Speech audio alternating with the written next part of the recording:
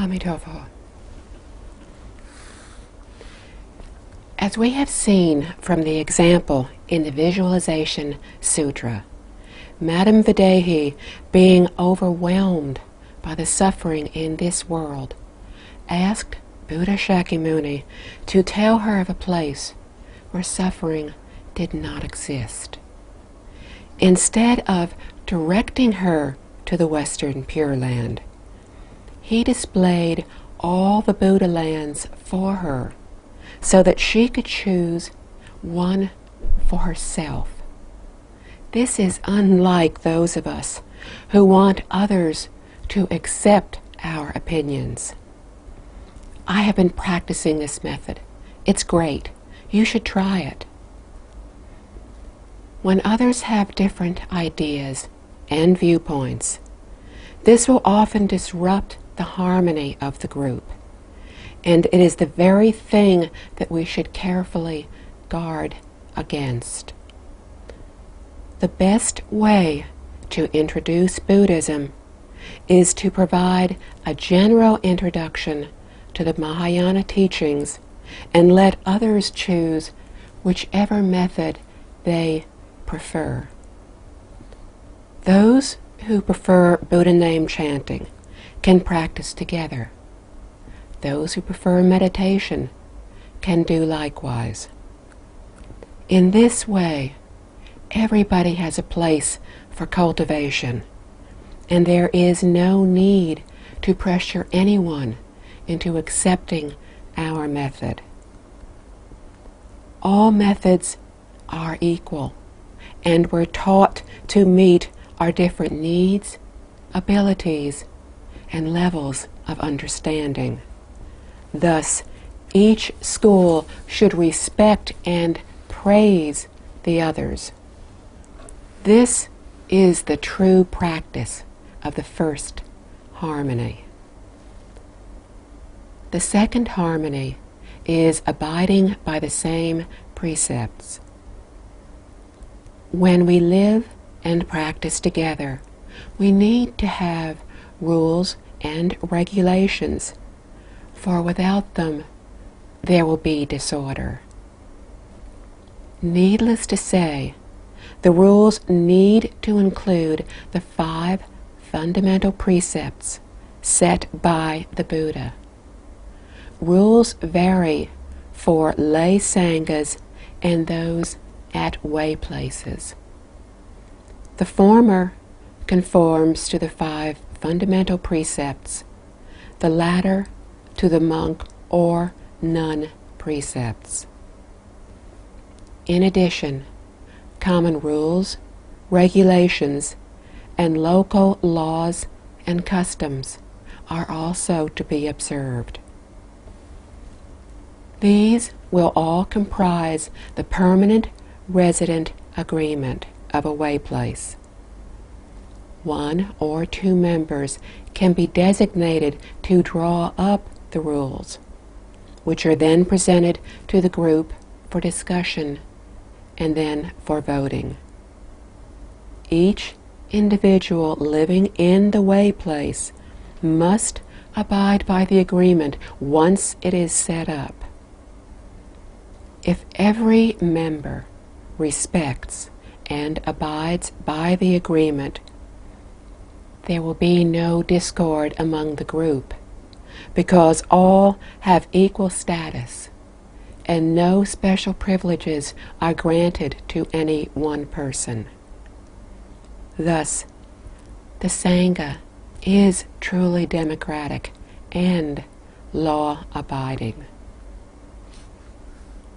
The third harmony is living and practicing together harmoniously. The purpose in establishing a way place is to help everyone achieve in group practice. It is definitely not to help individuals escape their responsibilities. It is a serious mistake to think in this way, especially in the light of all the offerings way places receive from followers. and the reality that every offering will have to be repaid, if not in this lifetime, then in future lifetimes. The manner of living together does not mean that each person has his own or her own room. If luxurious and comfortable facilities are available, it will be very difficult to achieve. Why? The Earth Treasure Sutra tells us that every single movement or stirring of thoughts on the part of living beings is karma and is an offense.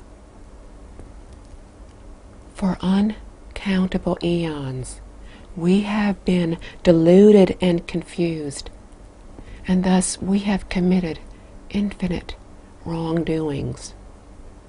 Consequently, we have developed and accumulated many bad habits. When we are with others, we usually try to be civilized and to behave ourselves. But when alone, we tend to indulge ourselves in doing whatever we feel comfortable with, and we easily forget proper conduct.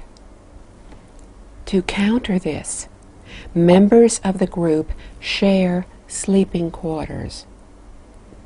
These quarters in a traditional way place are comprised of one large platform bed with a space for each person. Quilts are neatly folded as in an army barracks. Life in a way place was even more rigorous than life in the army, and the monks and nuns were even more disciplined than the soldiers were.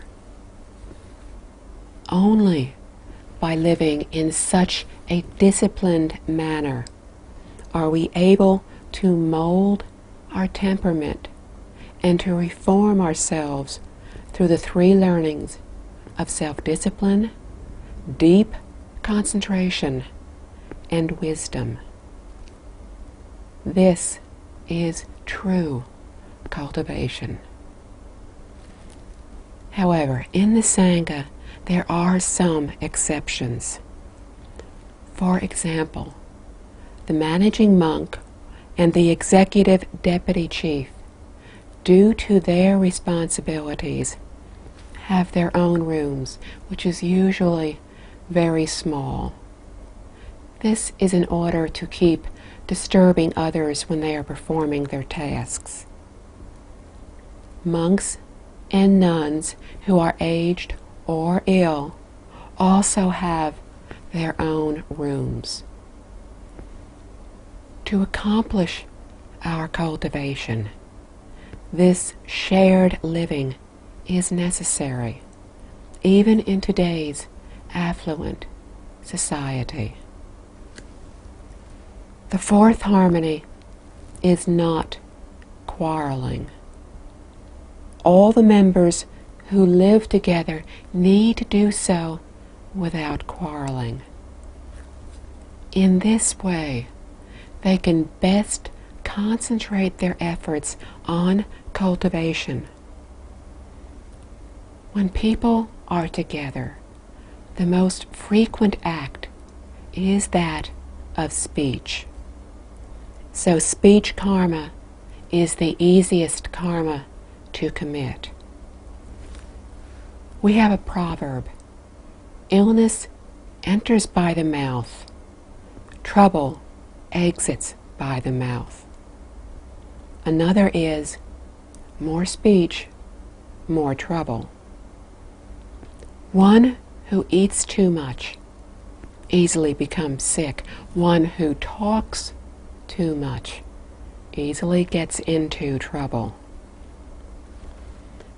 Sometimes misunderstandings will arise because the listener is sensitive while the speaker is careless. Both parties can develop resentment and hatred, which gives rise to endless retaliation in the future. This is why ancient sages advised us to talk less and chant more. The less we speak, the better it is, for less trouble we will be in. Ideally, we will only speak when it is necessary. When I was in Los Angeles, a friend told me about the 3-day Zen retreat his high school son had just returned from. Once inside, no one was allowed to talk. The daily practice was sitting meditation from 8 a.m. to 5:30 p.m. and then from 7:30 p.m. to 9:30 p.m. Nothing else was done. Keeping silent in such a way place like this will help us to calm down and to relax. The boy was so impressed that he wanted to go back for the longer winter session. The distinctive feature of such a way place is the harmony of silence and of no quarreling. So at a strict way place, where chatting and other irrelevant talk is forbidden, there is virtually no opportunity for quarreling. Almost exclusively, all we find is silent or the voiced chanting of Amitabha in the chanting hall. In a Tibetan way place, the chanting of mantras is ceaseless. For instance, during my early stage of Buddhist study, I was under the guidance of living Buddha, Master Zhang Jia, for 3 years. Through my observation, he never stopped silently chanting a mantra while moving his lips, even when he was with visitors. He only paused to talk, and then, as soon as he was finished, he resumed his silent chanting. This silent chanting, while moving our lips, is called diamond holding. Master Zhang Jia was one of the most sincere practitioners I have ever met. His mind was pure, without any attachments or wandering thoughts. His teaching method was unique. He never spoke a word until he found the listener attentive and concentrated. He then spoke only a few words while looking directly into the listener's eyes. Each of his words bore heavy weight, which his listener would never forget and would adhere to for the rest of his or her life. The goal of our practice is to eradicate all afflictions and to attain the Buddha name chanting samadhi. If we do not practice this method, it would be very difficult for us to achieve attainment.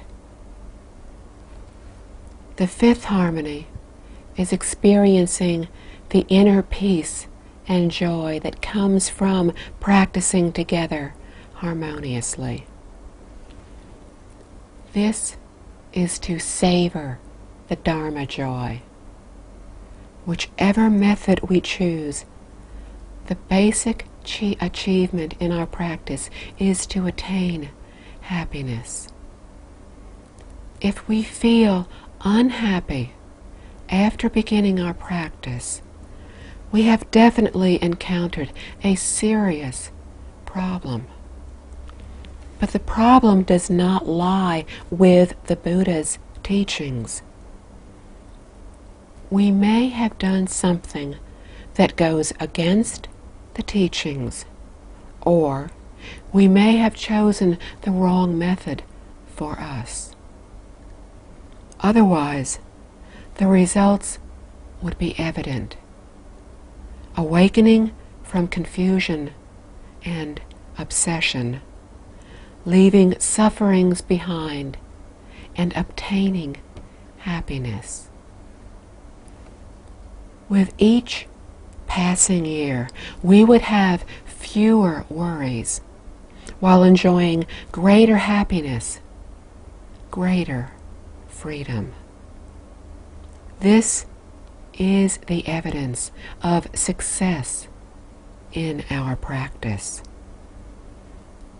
If we are not achieving this, then we need to re-examine ourselves for the cause of our lack of success. If we can find and correct our mistakes, find the root of our afflictions, and sever them, we can then attain the true benefits from our practice. Practicing Buddhism is to experience life and to train our minds. Buddhist cultivation arises from our hearts as we practice in everyday life. What kind of heart do we cultivate?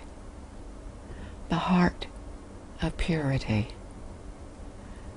When we have proper viewpoints and understanding, and truly dedicate ourselves to Buddhism, then regardless of who we are, of what our circumstances are, whether good or bad, favorable or unfavorable, we will be able to reduce karmic debts and to plant the seeds of good fortune, wisdom, and happiness.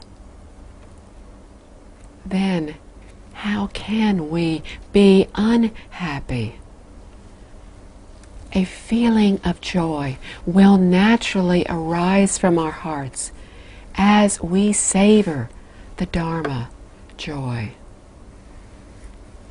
If we practice together harmoniously, everybody will attain this Dharma joy.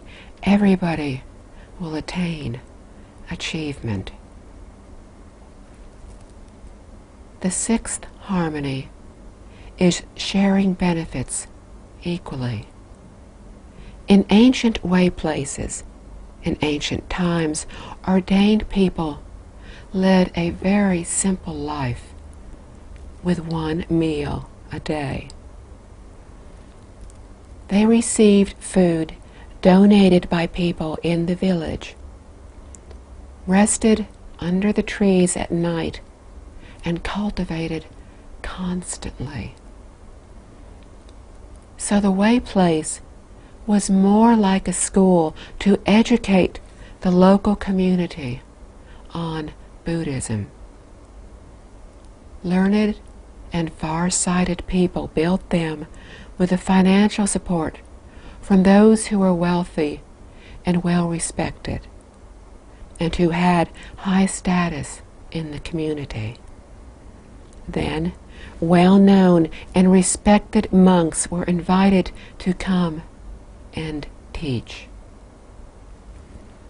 Way places were Buddhist educational institutions where everyone shared equally. If this principle was applied to society, there would be no psychological imbalance, and hence there would be no social disturbance.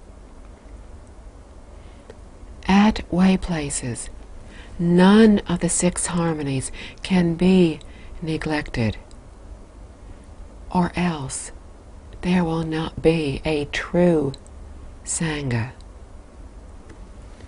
As the Chinese say, harmony in the family is the basis for any undertaking. Similarly, if a country is united, it will be very difficult for another country, for another power to dominate it, because the power of unity is inconceivable. Consequently, if a family, a group, a company, or a country can practice 3 of the 6 harmonies of sharing the same viewpoints or goals, observing the same precepts, and sharing benefits equally, they will be prosperous. We find an example in the business world where Japanese business developed dramatically after the Second World War. After only half a century, these businesses were among the most successful in the world. Why? Because they practiced these 3 harmonies. By sharing the same viewpoints and goals, the Sangha can reach common understanding. By abiding by the same precepts, by abiding by the same rules and regulations, by sharing all benefits equally, everyone is assured that there will be fairness in all things. The importance of harmony also holds for the family. As the Chinese say, harmony in the family is the basis for any undertaking. One day, a student of mine asked for my opinion as to the kind of person he should marry. I told him, "You should try to find someone who has the same viewpoints, the same goals as you. Then you will be able to help each other and enjoy a happy life." You cannot just emphasize love, for love is volatile. Love is unreliable. It may fade after the 2 of you get married, at which point everything can change. Therefore, a happy family life is built upon the basis of the 6 harmonies. If we do not understand this, it will be very difficult for us to have a happy family life. We know that the very nature of Buddhism is education.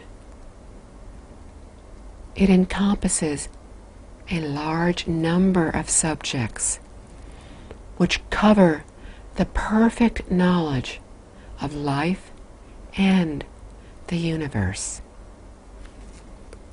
The textbooks for these subjects are sutras.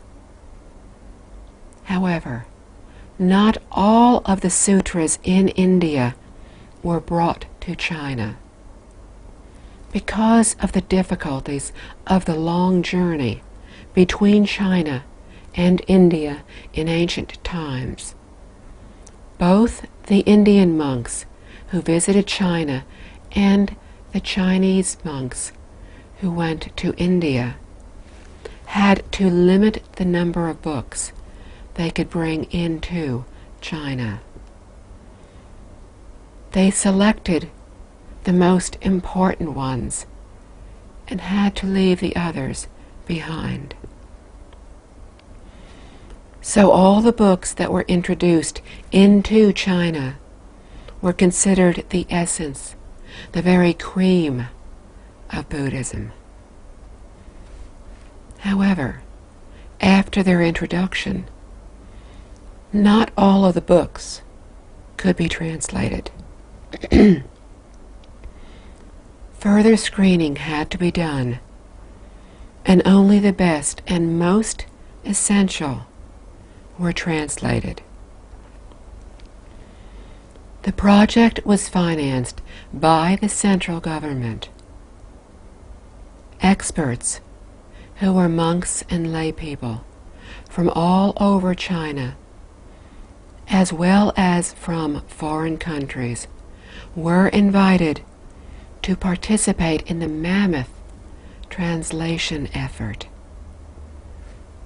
According to historical records, Master Kumaraja's translation team had more than 400 people, while Master Xuanzang's institute had over 600 translators.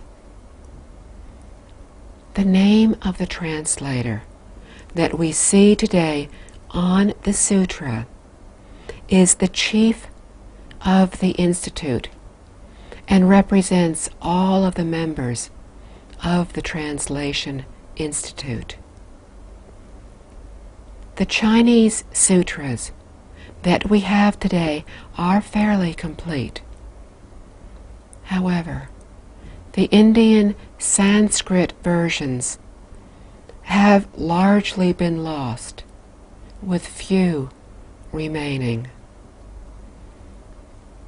After the Chinese sutras, the largest existing collection is that of Tibet.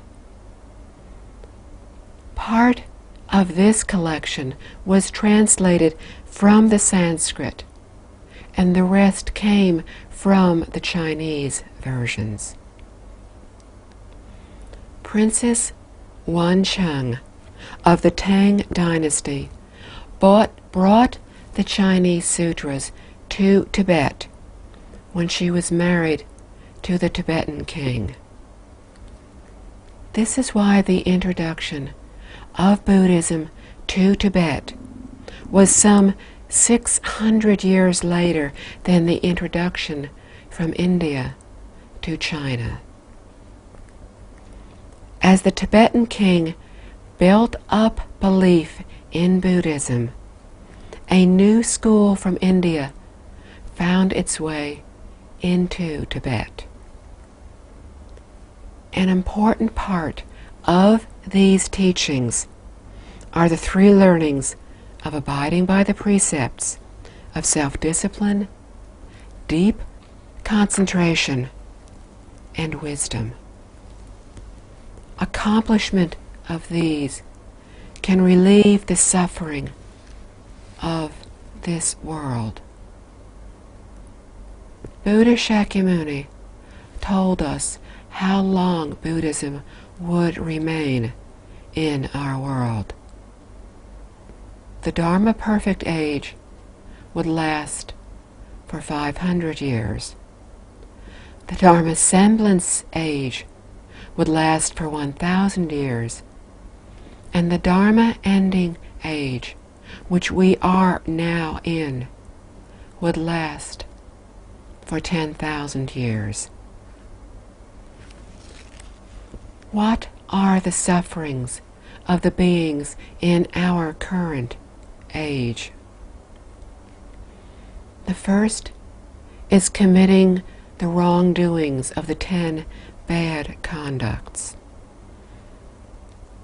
The Buddha taught us the first learning of self-discipline to overcome these.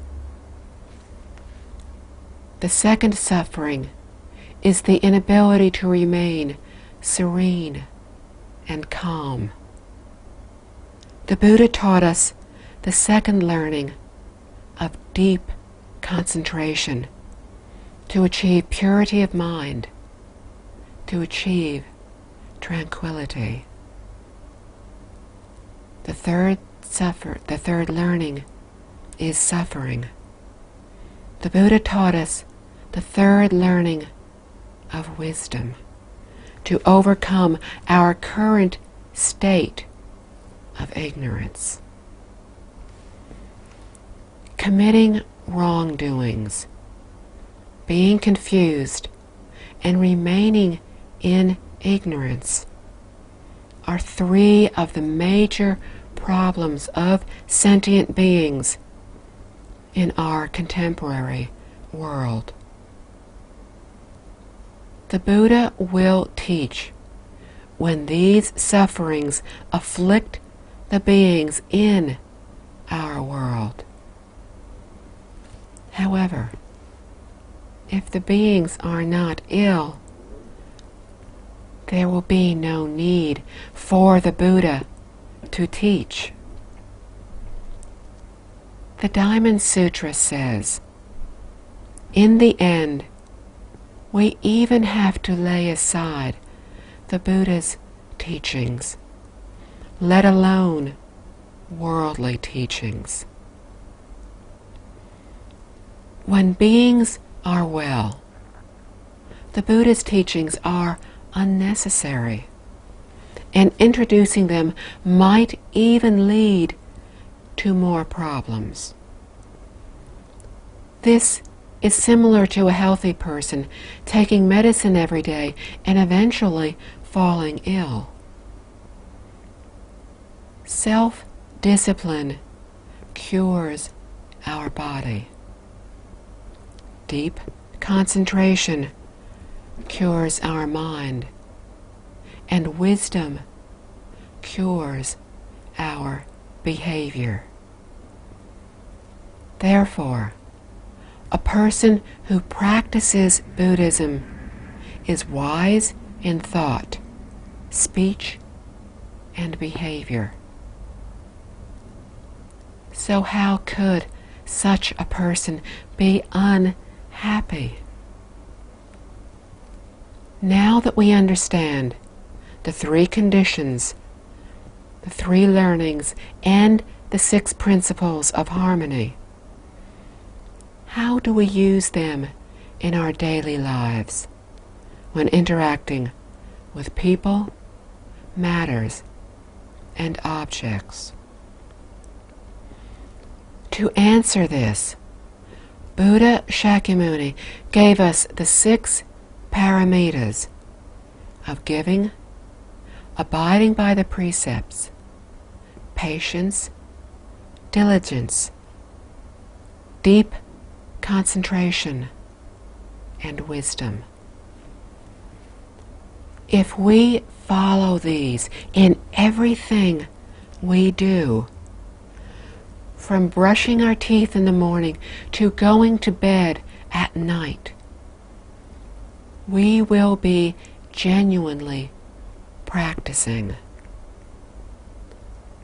The first of the 6 paramitas is the paramita of giving. Generally speaking, the majority of people seek wealth as their foremost pursuit, for without it, life can be very hard.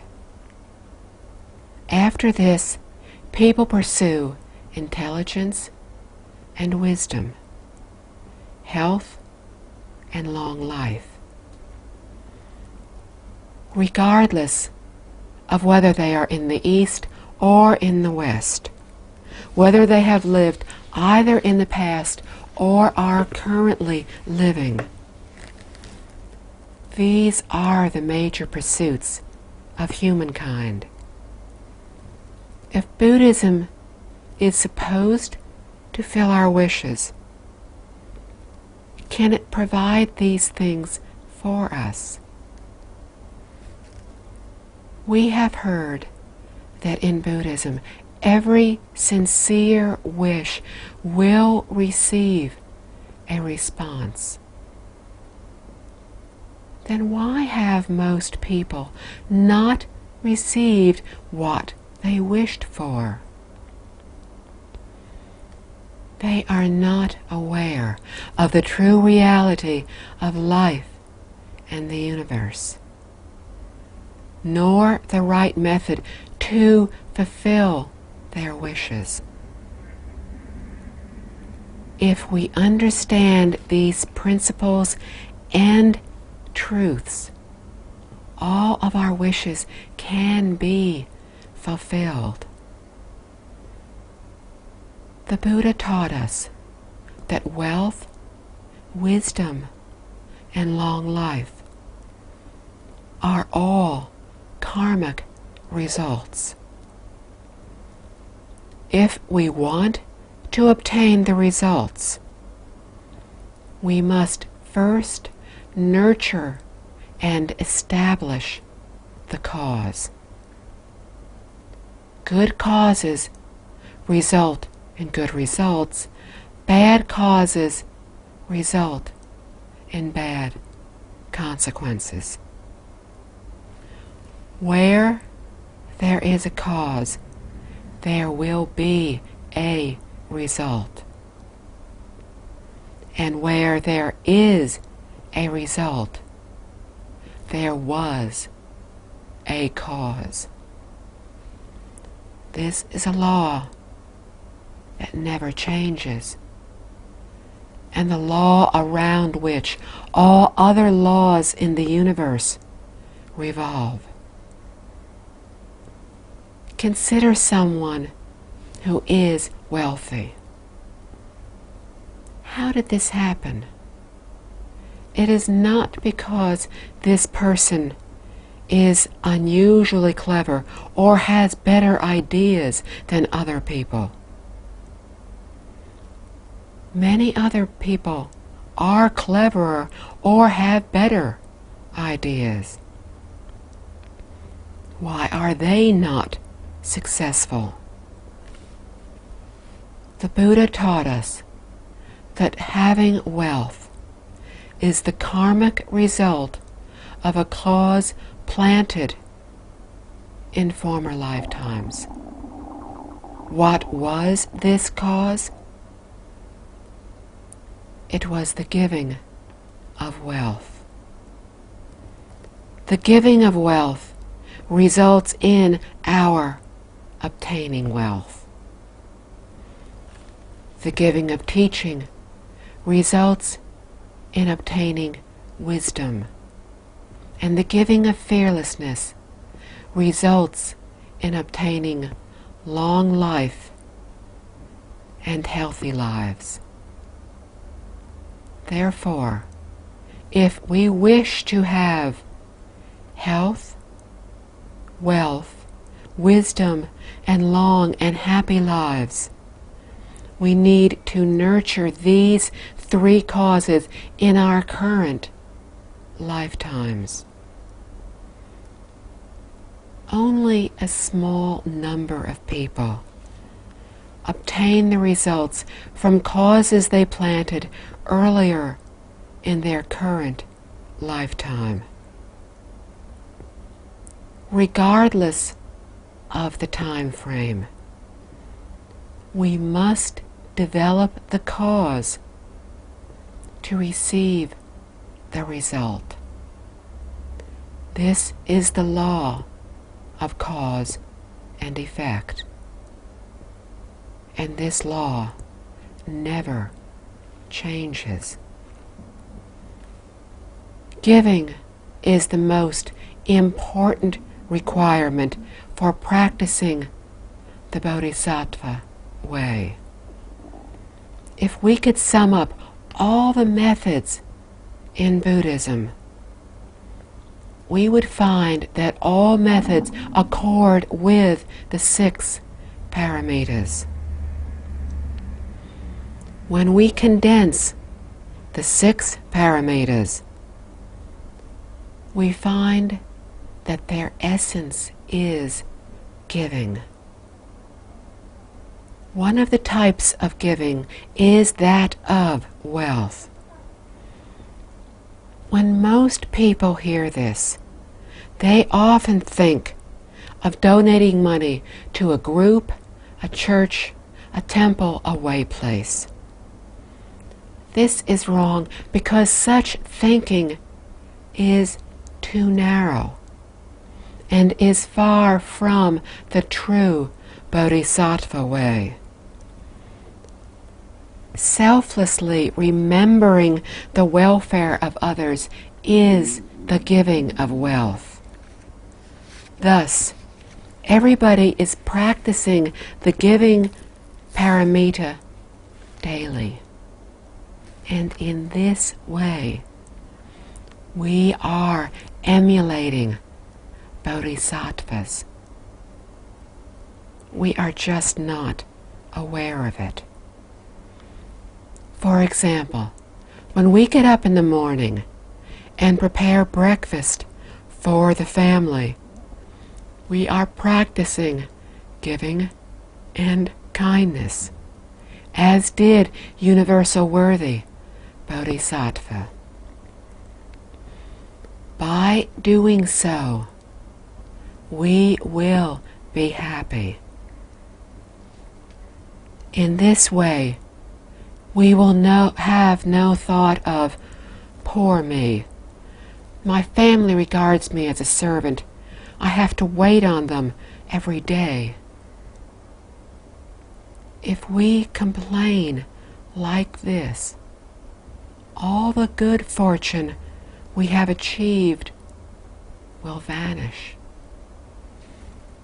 But once we change our complaints and problems into the paramita of giving, we will immediately enjoy the benefits of the joy and the wisdom of the teachings.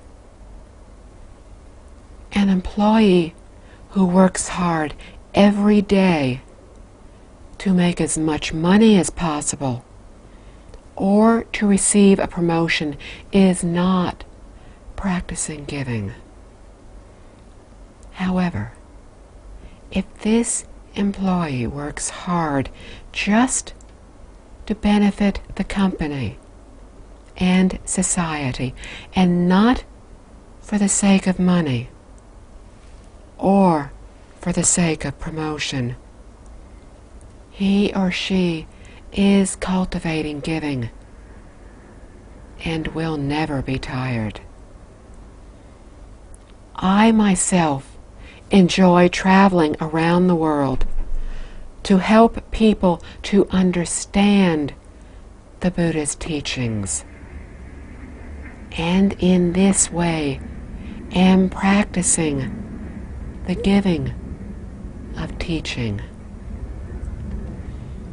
I help others to understand better how to change their lives in the hope that they will be able to reduce their troubles, obtain joy and wisdom, and thus be able to lead better lives. In 1984, I made my 3rd trip to Los Angeles. I went straight from the airport to the site where the speech was being held and began a talk that lasted 9 hours. I delivered the talk while standing, but at the end it was the listeners who were tired, not I. The longer I spoke, the more energized I felt, and the stronger my voice became. Why? Because I was so enthused about introducing the profound and subtle Buddhism to the listeners. This is the joy of teaching Buddhism, and frankly, is the best nutrition. Nowadays, people talk a great deal about health food, but it is false nutrition. Buddhists talk of keeping a pure, quiet, and happy heart. Having this heart and obtaining this joy will enable us to remain healthy and young. Worry will only make us old and sick. In the U.S., some social practices are giving. Most people pay for medical insurance, for protection against catastrophic medical bills in the event they become ill. However, we make preparations for a possible illness as we make our monthly premium payments. If we do so, then we are bound to become ill. If we do not, then we will have wasted our money. But if we change our way of viewing this to the thought that our money has been used to help those that are sick, then we will have practiced giving and will never become ill. Why? Because we have developed the cause of no illness. If we give to and look after aged people, we will receive good karmic results in the future. When we ourselves become aged, then others will come to take care of us. Today, most people have car insurance. If we think that we are making payments just to help those who may encounter accidents, then we will never encounter misfortune, because we have given of wealth and compassion. So our way of thinking makes the difference in whether we are a bodhisattva or an ordinary person. What is this difference? A bodhisattva is an awakened being and always thinks of benefiting others, whereas ordinary people are always thinking of benefiting themselves. When we do everything for others, we can get wonderful results, too wonderful to imagine. The kinds of giving are boundless and can be practiced any time, any day, any way. In Buddhism, the giving of wealth consists of external and internal wealth. External wealth is comprised of worldly possessions, whereas internal wealth concerns our body. For example, organ donation is an example of the internal giving of wealth, as is helping others physically. If we volunteer to help others without expectation of reward, we are again practicing the giving of internal wealth. We can practice this giving of internal wealth anytime. We can see that in the Buddhist criteria for good and bad, all deeds arising from the wish to help others are good, and all deeds arising from selfishness are bad. This may be difficult for beginners to follow. Why should we not benefit ourselves? The reason why ordinary people cannot attain Buddhahood is due to the two attachments of self and all knowledge. By ridding ourselves of self-attachment, we attain the level of arhat.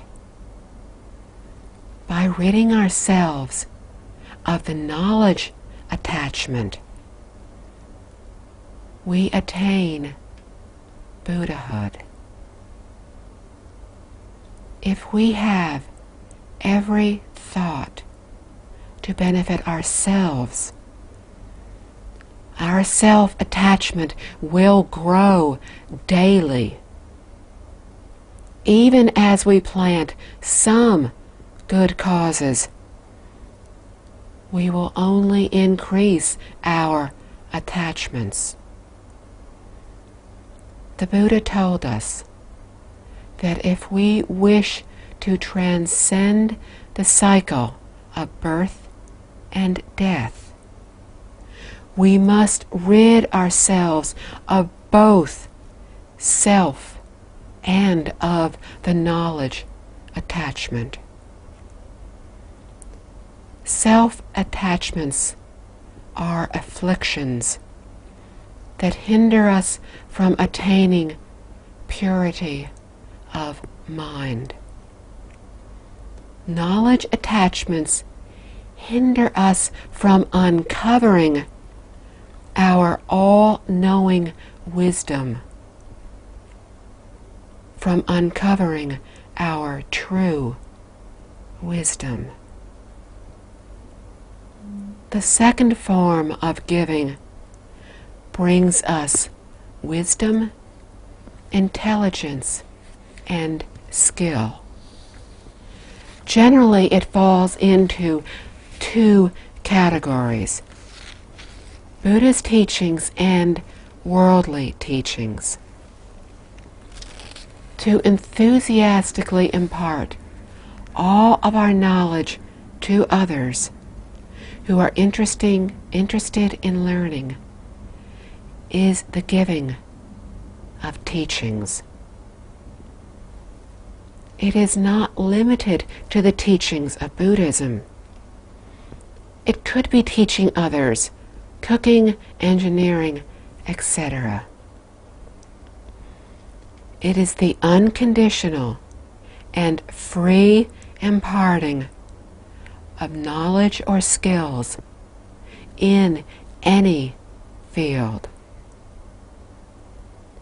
A school teacher who instructs out of the sincere desire to help others is also practicing the giving of teaching. A teacher who does so just to earn a living or prestige is not. A genuine practitioner of the giving of the Dharma is very enthusiastic and is never weary of giving. When we give for self-benefit, we will become disappointed as soon as we fail to obtain prestige or other benefits, and we will thus lose our enthusiasm. On the other hand, a bodhisattva is always compassionately working for the benefit of others and never attaches any conditions to what is given.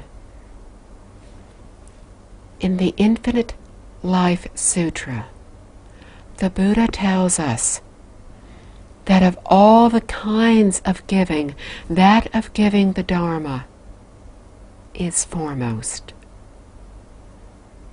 Worldly teachings do not get to the heart of the matter. Buddhism is a perfect education which can help us to attain the boundless wisdom, virtue, and skill to enable us to be free of all worries, to leave the cycle of birth and death, to put an end to the cycle of reincarnation, and ultimately to attain Buddhahood. This giving is perfect and remarkable, and is only found in Mahayana Buddhism.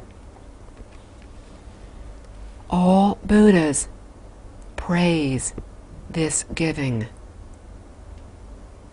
In Buddhism, the most important giving is that of books, audio and videotapes, CDs, as well as that of accepting others' invitations to lecture, and thus to create opportunities for others to learn the Buddha's teachings. However, many currently circulated Buddhist materials are printed with copyright warnings. These are not the giving of Dharma, but are commercial endeavors. Some Dharma masters, when requested to speak, ask how much they will be paid. These are not the true giving of Dharma. The act of a bodhisattva is to benefit, to teach others, not the self. If a person truly wanted to learn Buddhism, a bodhisattva would simply go to them to fulfill their wish. They would never do anything that would make it difficult for any person who was willing to learn, as long as the person could receive the true benefits from Buddhism. The giving of fearlessness has broad implications, as it helps to remove all the fears and insecurities of others. For example, if foreign forces were invading our country, we could join the army to protect the security of the citizens. If someone was afraid to go home alone at night, we could offer to go with him or her. Being a vegetarian is another example, because if we all followed this principle, then all living creatures would no longer regard us as a threat. Any act that helps sentient beings feel safe and secure is the giving of fearlessness.